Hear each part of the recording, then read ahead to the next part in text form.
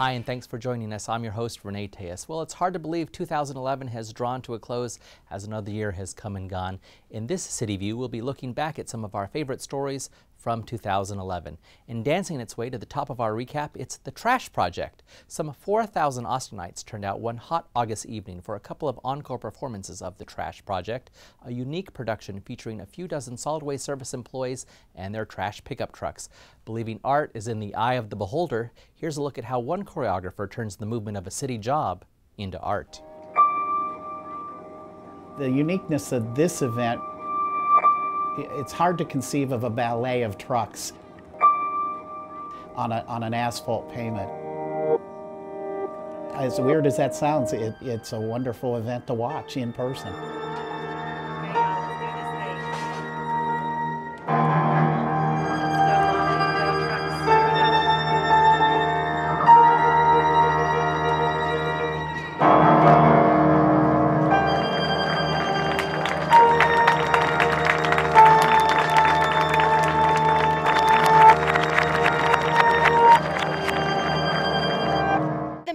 Is ended right there, and Ivory's coming out, and on the push it, you do that!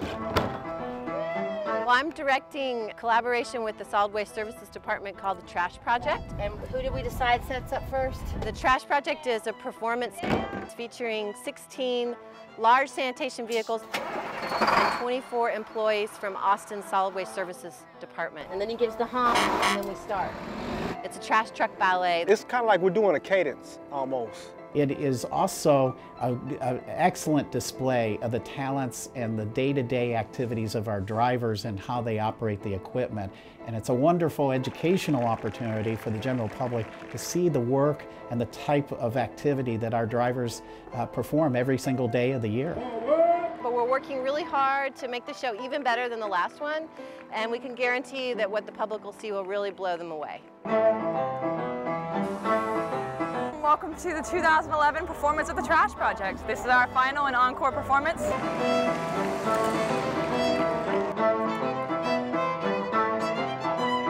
Very emotional. I think that getting to recognize people that are often overlooked, even though they're such an integrated and integral part of our community, and seeing them in this light is just, it was a beautiful thing. It's really refreshing to see art and the everyday come together. Fantastic, absolutely fantastic. I mean, it brings tears to your eyes to know how much work went into this, especially by Allison Orr, and to see the response of all these people coming. Hundreds and hundreds of people begging for tickets, literally begging, and we had to turn so many people away because we just didn't have the capacity to hold them. Austin, you're wonderful, and there's few towns that would support such free-spirited thinking, and to be able to have art here in this town, I wouldn't go anywhere else. The choreographer was so impressed by our solid waste service staff that she's now considering another production. This one could feature Austin Energy's line workers. And from the art of dance to some fine art in the form of drawing or painting, I'm talking about the award-winning teen art program, Totally Cool, Totally Art. The program serves local teens between 13 and 18 years of age and offers 5-month-long art sessions, which are taught by local professional artists. This past year, we caught up with a couple of the classes to take a look at what they were up to.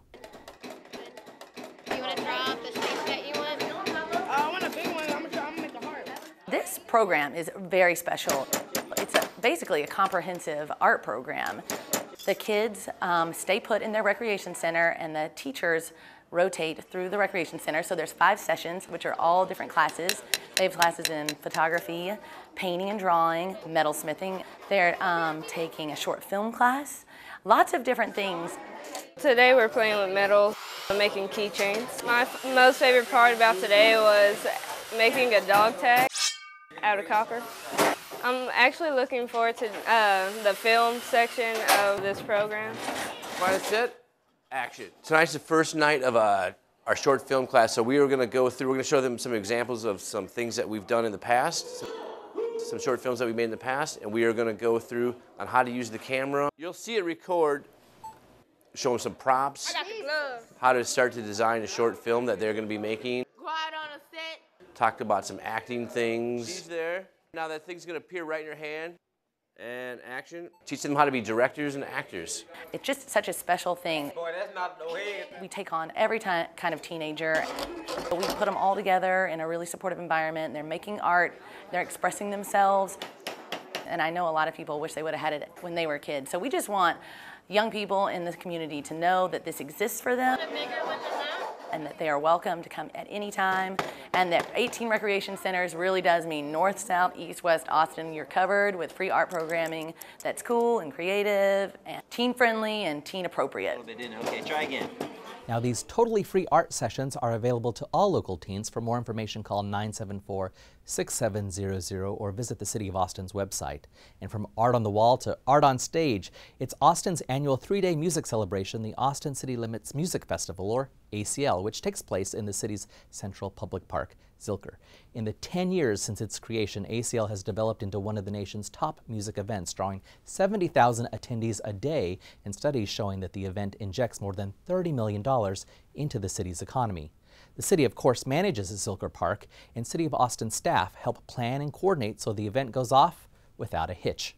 So how does our Parks and Recreation Department plan for success at one of the city's biggest events of the year? Jason Maurer, the Special Events Coordinator with our Parks and Recreations Department, gives us this inside look. This is it, ACL 2011, 10th anniversary, and we're off. This is the best part before the festival starts because it's kind of the calm before the storm. Tomorrow at this time, there will be 65,000 people down here visiting our city, some for the first time from other countries, and loving everything they see. The weather's great, the grass is green. Through all the efforts year-round to plan and put this festival on the city side. Here to welcome you all to the Austin City Limits Music Festival. It's actually busier than I've ever seen it in the last few years. Making sure that we had proper exits for that. The city is about rules and codes and regulations. And this is an opportunity to see how we've taken and applied those to an event to get it permitted, to make it safe, and then see a result such as this. Right here, where we've got people enjoying our bureaucracy. If you already have your wristband, make sure it's on your wrist as you enter the festival grounds so it can be scanned for entry in a wristband-only lane. It's the close of the project for another year, and also at the same time the starting of the planning for 2012. Months before that, 2 months, we're meeting with the neighborhood, going over the final traffic control plans, getting their adjustments and their input from the notes we've had 6 months in front of that.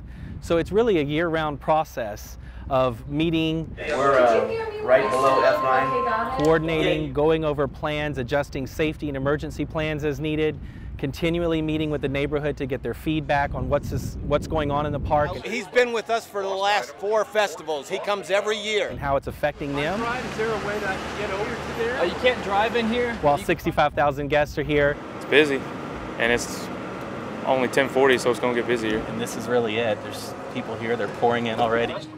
We have a little bit of issues with this year's. They could have gotten some bigger names, but... Right at 11, it's excellent. It's kind of fun to see how this crowd thickens throughout the day over here. And then working directly with the organizers on the electricity and Austin Energy's input and the infrastructure in the park, parking, shuttles, you name it, everything comes into play, and that's really a year-round process. So there's a lot going on that people don't even think about. They show up here and the park looks nice, and that's because there's been an enormous amount of city staff down here working to make this happen. We really are doing a lot in making sure our parks are there for outdoor, cultural, musical, or recreational activities. Thank y'all so much! Operation Outreach addresses the urgent community needs related to women military veteran support. The program is sustained in part by the Red Cross and is part of the Cities of Service initiative led by the Mayor's Office, which helps address problems facing our community all through volunteerism. Operation Outreach is designed to help women veterans to reintegrate by connecting female veteran volunteers with female veterans that have just returned from deployment, all to ease their transition from military to civilian life. As you'll see, this provides for better veteran access to benefits, resources, and services. Our female veterans face particularly big challenges. They're much more likely than their male counterparts to be single parents, to see their marriages end in divorce, and to become homeless. And Operation Outreach volunteers, many of them female female veterans themselves will reach out to these veterans and engage them in a really powerful network of community support. And it's important to emphasize that Operation Outreach is not a new nonprofit. It is an example of how, when government organizations and nonprofit agencies and individuals come together to solve and to really focus on a difficult problem, we can create effective and creative solutions. For Operation Outreach, for me, coming just back and being just retired, it benefits me knowing that I've got something in the local area, and I can't wait to see what kind of services and stuff that they're going to be able to offer in that program, so we can get the word out to more veterans. I know me personally, I'm very excited about reaching out to them and seeing what they have, and hopefully me and my family can benefit from it. If you'd like to be a part of Operation Outreach, please contact centx.redcross.org, or you can call 929-1277. That's all for this edition of City View. I'm your host, Renee Tejas. Our next episode premieres Friday, January 13th. We leave you now with the sights and sounds of a brass choir that recently played at City Hall. The Christmas Brass Choir is led by the city's medical director, Dr. Philip Wong. Thanks for watching, and have a Happy New Year.